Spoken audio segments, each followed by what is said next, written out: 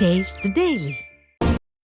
தமிழகத்தின் முன்னாள் முதல்வர் அம்மாவின் 8ஆம் ஆண்டு நினைவு நாளை ஒட்டி அவரது நினைவிடத்தில் அதிமுக பொதுச் செயலாளர் எடப்பாடி கே பழனிசாமி தலைமையில் அதிமுகவினர் மலர்தூவி அஞ்சலி செலுத்தினர். சென்னை மெரினா கடற்கரையில் உள்ள புரட்சித் தலைவர் மற்றும் புரட்சித் தலைவி நினைவிடங்களில் அதிமுக பொதுச் செயலாளர் தலைமையில் நடைபெற்ற நினைவஞ்சலி நிகழ்ச்சியில் தலைமை நிலைய செயலாளரும் முன்னாள் அமைச்சருமான SP வேலுமணி, மாநிலங்களவை உறுப்பினரும் முன்னாள் அமைச்சருமான CV சண்முகம் மற்றும் மூத்த கழக நிர்வாகிகள் பங்கேற்று அம்மாவின் நினைவிடத்தில் மலர்தூவி அஞ்சலி செலுத்தினர். பின்னர் மக்கள் விரோத திமுக அரசை வீட்டுக்கு அனுப்பும் வரை ஓய மாட்டோம், உறங்க மாட்டோம் என உறுதிமொழி ஏற்றனர். இதனையடுத்து 2 நிமிடம் மௌன அஞ்சலியும் செலுத்தப்பட்டது.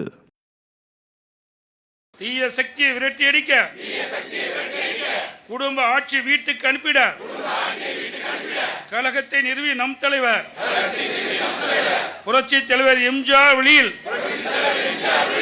அயராது உழைப்போம், அயராது உழைப்போம். கழகம் காக்க கட்சிக்கும் சிங்கமென திகழ்ந்த இதயம் புரட்சி தலைவி அம்மாவின் வழியில் அயராது உழைப்போம், அயராது உழைப்போம் என்று உறுதி ஏற்கின்றோம்.